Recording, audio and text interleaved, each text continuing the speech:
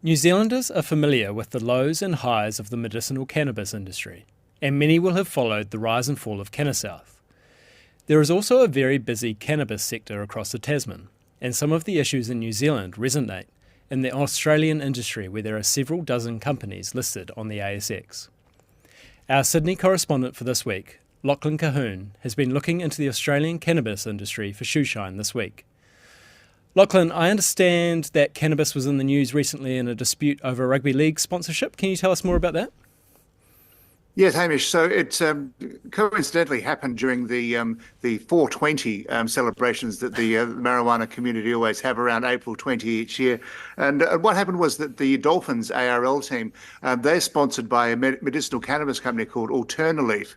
And so Alternaleaf quite naturally wanted their logo to be on the Guernseys of the Dolphins players, and so this happened. But then the Therapeutic Goods Administration, the regulator here, clamped down because as a prescribed medicine, the cannabis that produced by Alternaleaf can't be advertised.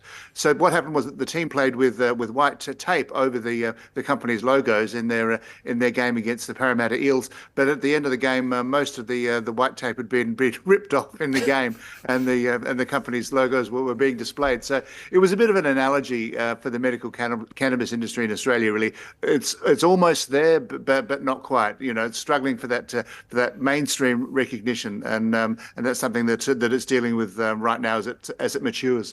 Yeah, what is the situation, the environment regarding medicinal recreational cannabis in Australia? Yeah, so it was medically legalized in 2016, and since then the TGA, which is the regulator, has approved over 450 products, and so the number of prescriptions is increasing all the time. I think that there were barely 300 of them in 2018, and the last year for which the figures are available is 2022, where there are more than 315,000 prescriptions for medicinal cannabis. So that's over 1 million people now. In Australia who have been prescribed medicinal cannabis products. But there is ambiguity over recreational use. Obviously, that would be the big game changer for the industry. I mean, we have a legalised cannabis party, a single issue party, which has representation in 3 of the state parliaments in Australia. But there's been very limited movement on the legalisation of marijuana for personal use. In the ACT in Canberra, personal possession of limited amounts is allowed, and people are able to grow a small number of plants, but if that's replicated across the country, that's not going to be a game changer for the industry. So you know, we have a medicinal cannabis industry that's growing, and I think revenues in 2024 are around $350 million for medicinal cannabis. But the big game changer would be recreational use. We're not there yet. You know, the 420 celebrations this year, 36 people were arrested down in Melbourne. So there's a bit of a sort of a dichotomy between the medicinal industry and the potential for recreational use, as we've seen in countries, some states of the United States. So cannabis stocks in New Zealand haven't done too well. How have they fared on the ASX?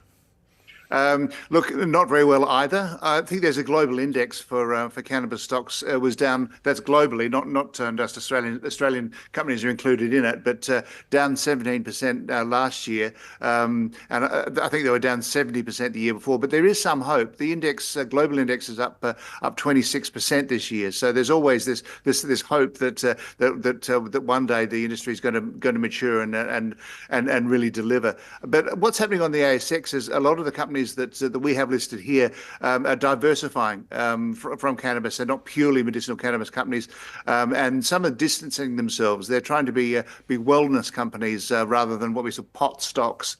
And others are diversifying into MDMA and psilocybin, which have recently been last year approved by the TGA for use in psychiatric treatments. So there's a bit of diversification going on, but essentially it's a very speculative section of the market. Analysts don't cover it. It's very hit and miss. There's a lot of red ink happening and hardly any profits. You know, like you have had Cannasouth over there. We have corporate failures. There was a big company up in the Gold Coast called Epsilon Healthcare. They went into administration last December, while other stocks have lost 80 or 90% of their value.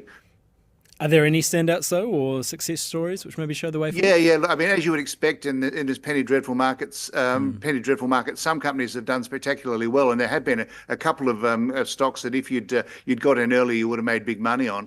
There's one called Live Verdure. Their shares are up 228% in the last year. They basically produce wellness products from Tasmanian hemp.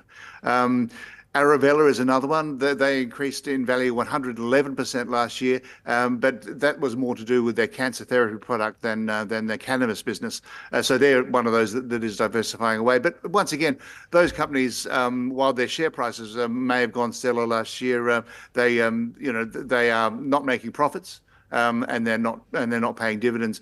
One milestone that did occur was that a company called Botanics, which is the largest of the Australian cannabis stocks, 338 million market capitalisation, they were admitted into the All Ordinaries Index in April. So that was actually quite a significant milestone for the industry, getting a company into the All Ords. But once again, I mean, that was because their share price had doubled over the last year, and but they are still, there's still no profits and no dividends. So, I think the general tenor for the industry, the tone would be almost there, but not quite. A little bit like those alternate leaf logos on the Dolphins rugby league Guernseys.